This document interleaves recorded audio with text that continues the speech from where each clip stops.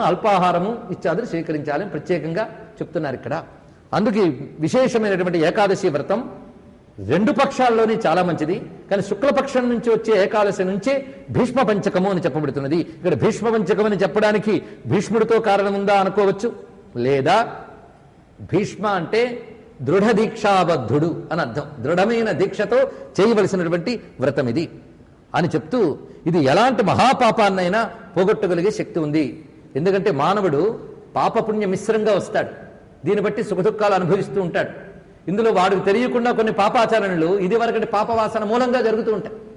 ఏది ఆచరణో ఏది అనుభవమో కూడా మనకు తెలియదు. కానీ భగవంతుడిపై భారం వేసి వ్రతాచరణ చేసుకునేటప్పుడు అది తప్పకుండా పాప సంహరణం చేస్తుంది. అందుకు ఈ వ్రతాచరణలో భీష్మ పంచక వ్రతం ప్రధానంగా చెప్పాడు. దాని తర్వాత శివరాత్రి వ్రతం. ఇక్కడ శివరాత్రి వ్రతం గురించి చెప్పాడు గరుడ పురాణంలో. చూడండి, ఇక్కడ శివరాత్రి వ్రతం గురించి లేస్తూనే స్వామికి నమస్కారం చేసి, స్వామి ఈ రోజు నేను ఉపవాసం జాగరణ చేయబోతున్నాను అని సంకల్పించుకుని ఆ రోజు నియమబద్ధంగా శివునికి సంబంధించిన ఏదో విధమైన జపమో తపమో హోమమో తర్పణమో ఆరాధన ఇత్యాదులన్నీ. మరుసటి రోజు అతడు శివ నివేదితాన్నమయ ప్రసాదాన్ని స్వీకరించాలి. పొద్దున్న లేస్తూనే శివుని ఆరాధించాలి. అది ప్రాతర్దేవ చతుర్దశ్యాం జాగరిష్యాం